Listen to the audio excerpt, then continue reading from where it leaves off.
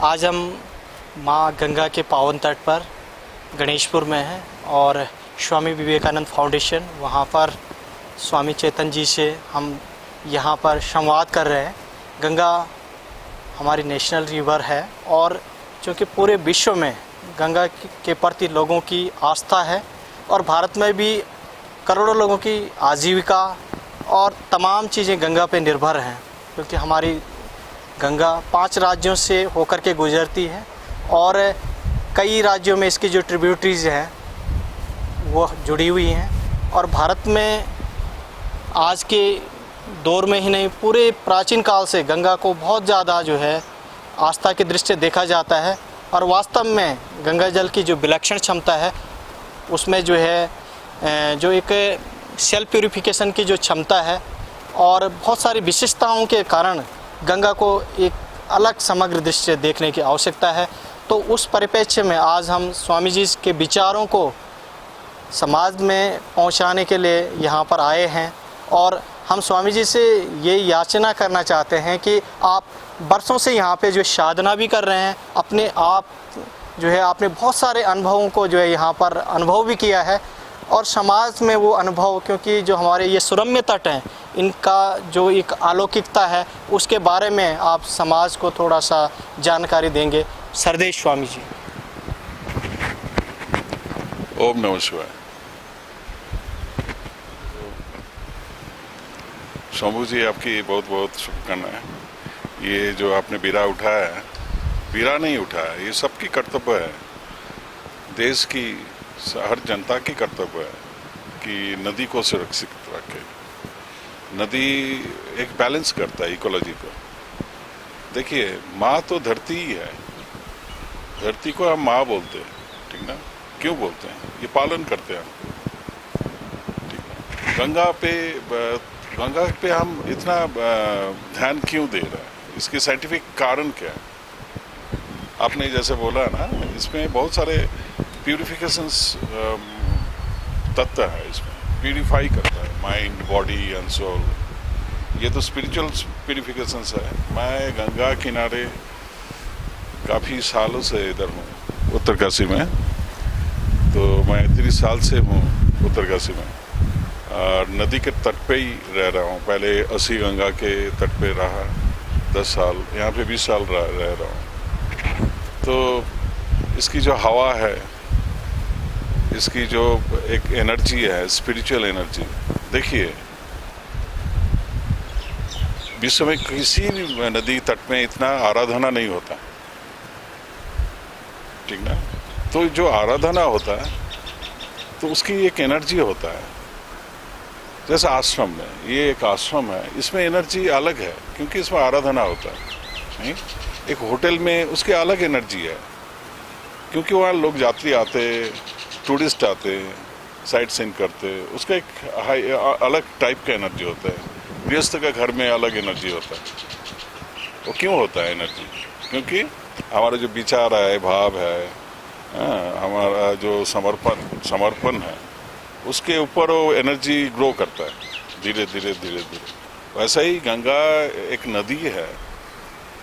अगर माने वो एक नदी है, हम तो मानते हैं उनको माँ, अगर माने उसको नदी है और उसके तट पे इतना आराधना होता है, इतना तपस्या चलता है, इतना भक्ति होता है, तो उसका जो एनर्जी है वो फ्लो होता है देश का एकदम सर से लेके एकदम पैर तक, गंगा सागर तक, बीचों बीच में is like a spine of a human body.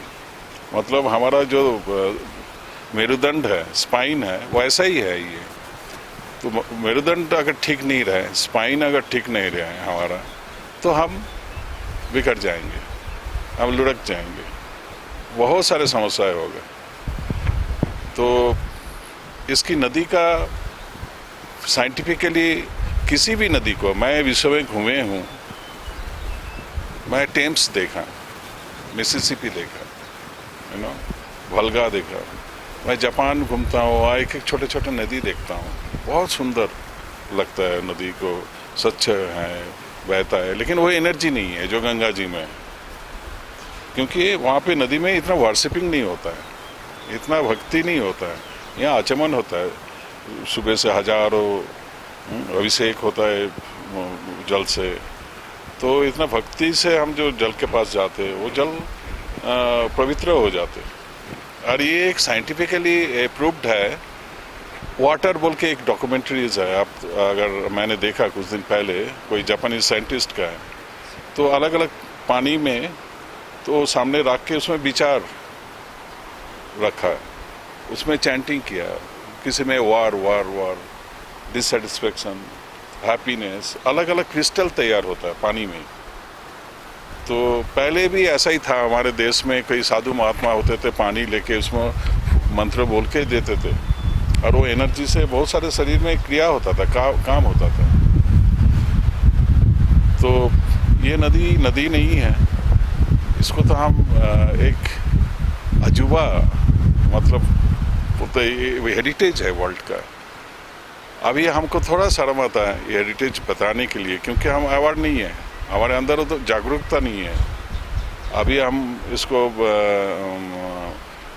World विश्व के सामने रखेंगे तो उस स्थिति में नहीं है अभी, क्योंकि हम गंगा किनारे अभी भी गंदगी फैलाते हैं, ठीक ना।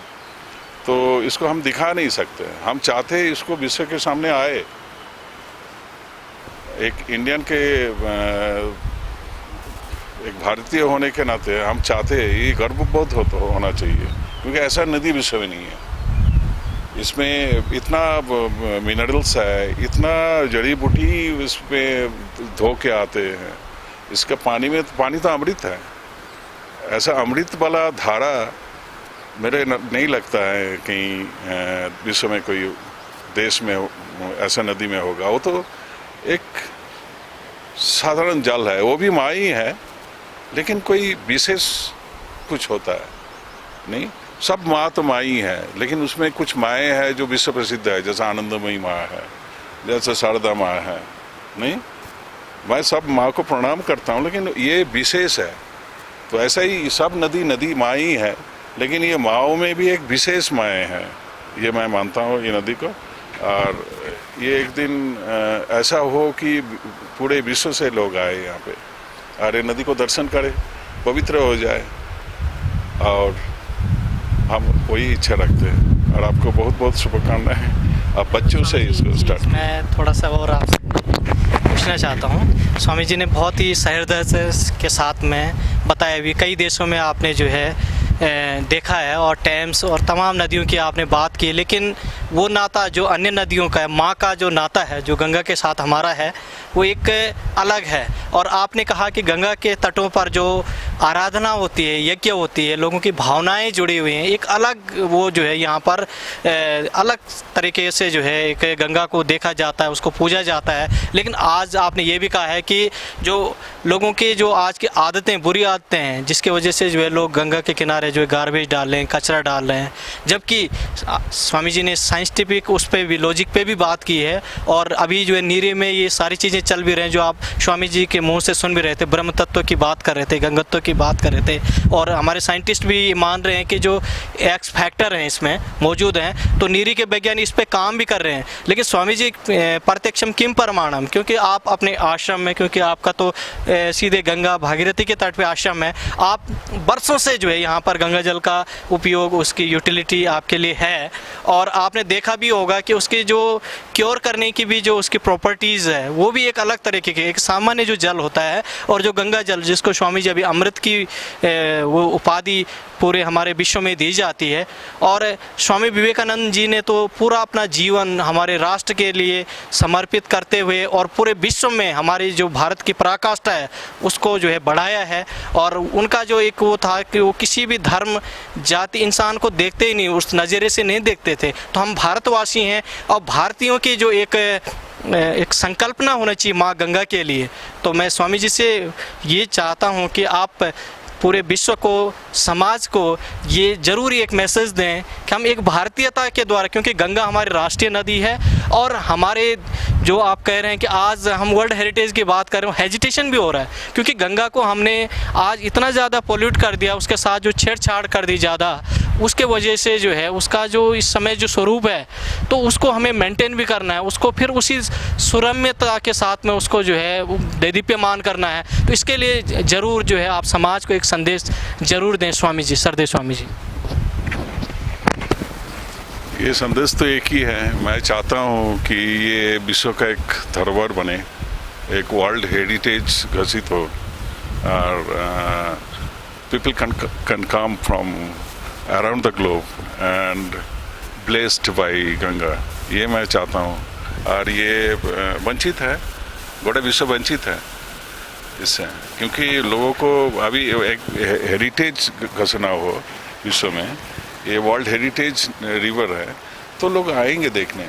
तो अभी वो समय नहीं है, पहले ही बताया, इसको हेरिटेज घोषणा के लिए हम लोग सब जागरूक हो, अवेयरनेस हमें आए, बच्चों में स्पेशली।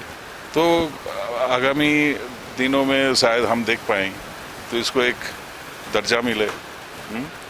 तो मैं चाहता हूँ कि उस पथ पर हम लोग काम करें कि एक दिन वो विश्व का एक अजूबा नहीं ये हो। Thank you very much. अभी हम स्वामी जी से ये आग्रह करेंगे कि स्वामी जी ने जो गंगा के विभिन्न पहलुओं, दार्शनिक पहलुओं पे आपने बात की, वैज्ञानिक और यहाँ के अनुभवों को आपने लोगों को अपने विचारों के माध्यम से देने का प्रयास किया।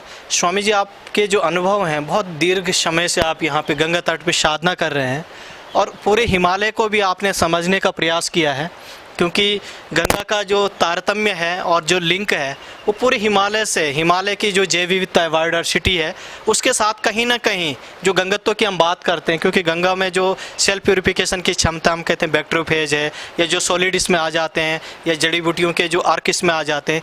इसके अलावा भी क्योंकि आज की डेट में जो है जो वनाग्नि हो रही है, जंगलों में जो फायर है, या जो हमारी जो कृषि थी, जैविक कृषि थी पहले, अब आज की डेट में जो है जो हम बहुत सारे रसायनों का इस्तेमाल कर रहे हैं और डेवलपमेंट के नाम पे हम जो है बेतहासा जो ऐसा विकास कर रहे हैं जो कि हमारे आने वाले भविष्य के लिए हमें सुरक्षित धारा में नहीं ले जा रहा है। तो कहीं ना कहीं हम थोड़ा सा हिमालय की समग्रता के साथ, एक पूरी सस्टेनेबिलिटी के साथ स्वामी जी का जो है एक संदेश समाज को दिलवाना चाहते हैं। सरदेव स्वामी जी। देखिए, जगह ही आध्यात्मिक है, ये तो शास्त्र में तो कोई वर्णन नहीं कि हिमालय में जाके ही बैठो, लेकिन ऋषि मुनि लोगों ने यहाँ पे चूज किया था इस जगह को, स्पेशली गंगा तट पे, हिमालय से लेके गंगा सागर तक।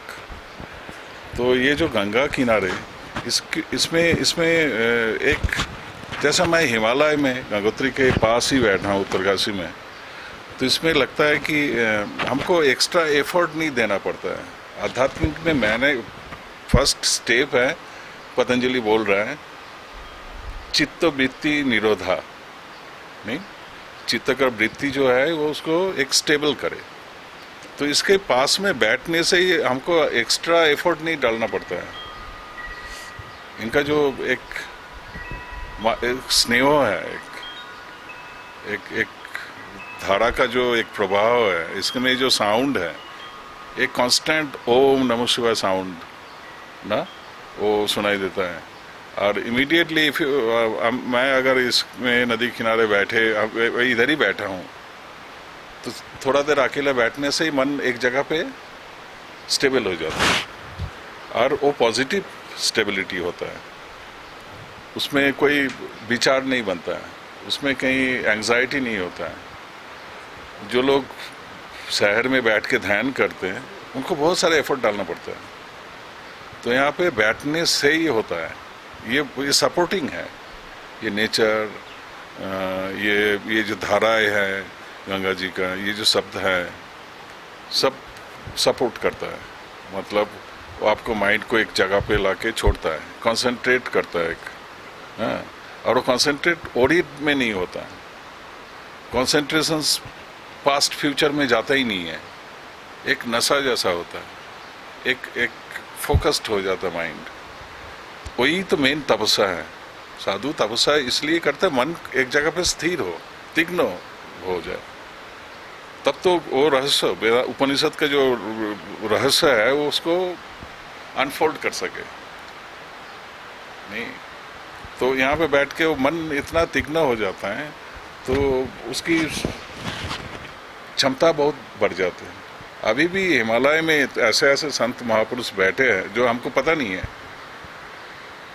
उनकी जो एनर्जी है, उनकी जो सद्भावनाएं हैं, गुड विशेस है, मुझे लगता है कि अभी भी विश्व इसलिए टिके हुए है। सद्भावनाएं भी एक काम करता है। जैसे माँ का आशीर्वाद लेके हम जाते हैं घर से, तो एक कॉन्फिडेंस होता है और वो काम करता है। वैसा ही जो साधु संतों का जो एक सद्भावना है दुनिया के प्रति, वो बैलेंस करके रखा है।